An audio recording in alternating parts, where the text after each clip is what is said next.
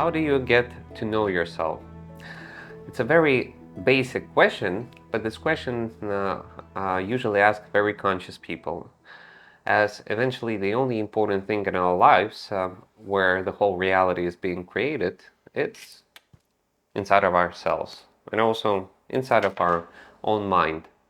So if you will truly get to know yourself, you'll get the power of yourself, and through that you get the power over your own reality. So how come it works exactly this way and not the opposite? Well, currently we know that all of the surrounding world is a certain type of energy which is being perceived by our brain. That everything what we ever have seen, felt, experienced, tasted, and everything, colors, sound, conclusions, everything is actually being generated inside of our brain cells. And that once the brain works, it analyzes the surrounding reality and transforms this information into its own, let's say, explanations. And through that, we get what we receive. So, in other words, our mind, our brain, creates the perception of reality. So, not the outer picture creates the brain inside, but our brain creates the outside picture.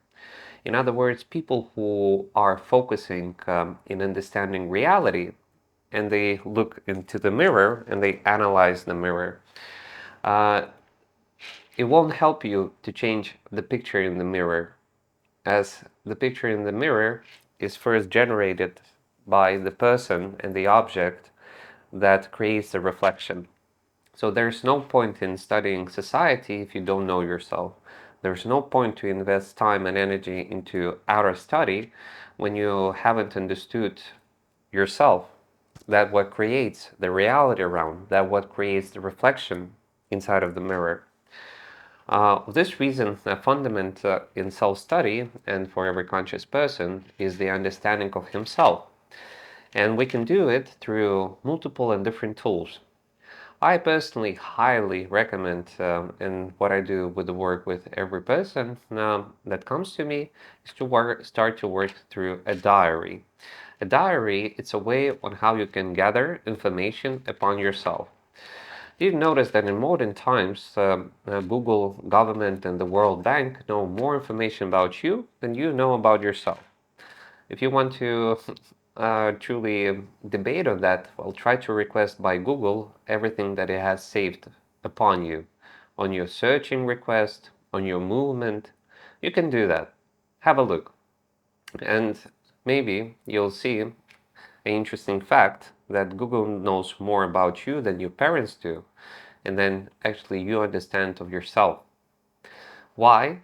Because nobody trained you. Nobody told you that you're important. Nobody explained that you have to learn to analyze yourself and to save information about yourself so to understand better yourself. So in mathematics, we can easily see the numbers and see the logic and understand that that's a big number because as we summarize or multiply these numbers, we get such a result. But if we didn't have the numbers, we wouldn't be able to multiply them. And the same aspect in our lives. If we have information about ourselves, we can analyze it. If we don't have information about ourselves, it's very hard to give a feedback and really to see yourself from the side.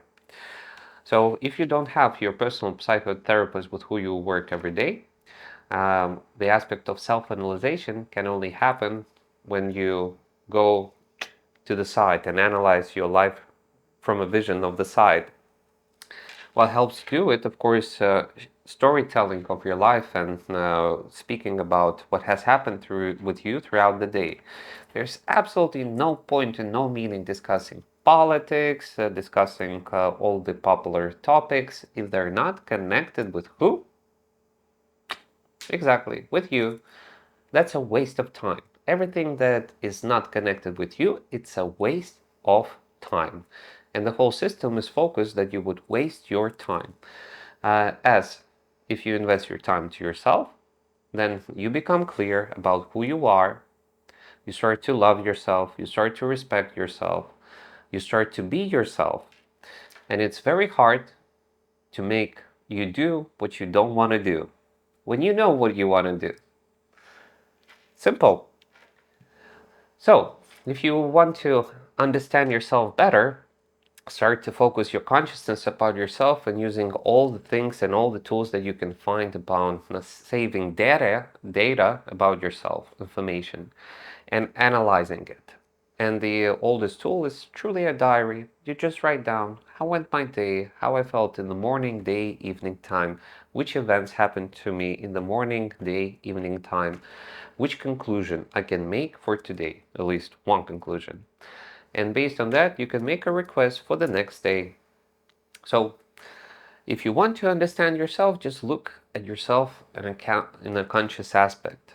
Stop undervaluing the events and the things that happen in your life and start to see what is truly happening in life and being honest.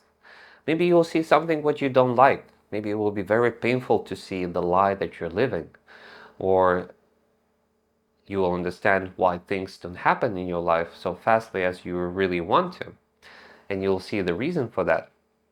So, darlings, just know, if you don't want to spend time with yourself and you feel discomforted when you stay alone by yourself, just know that your soul has something to share with you. And until you won't start to focus your time and consciousness upon yourself in understanding who you are and investing actions in self-discovery, well, don't be surprised that your life is not that what you dreamed about, as there's an option of dreaming and to live in a fairyland, or there's an opportunity of creating where you consciously choose what I want and you achieve it. So, dear friends, focus upon yourself, analyze yourself, gather information about yourself, invest time into yourself, and make it clear for yourself who you truly are and what it means for you to be yourself.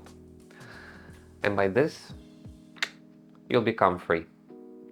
And you'll become strong, you'll become charismatic, you'll become very attractive, and people will feel with you awesome.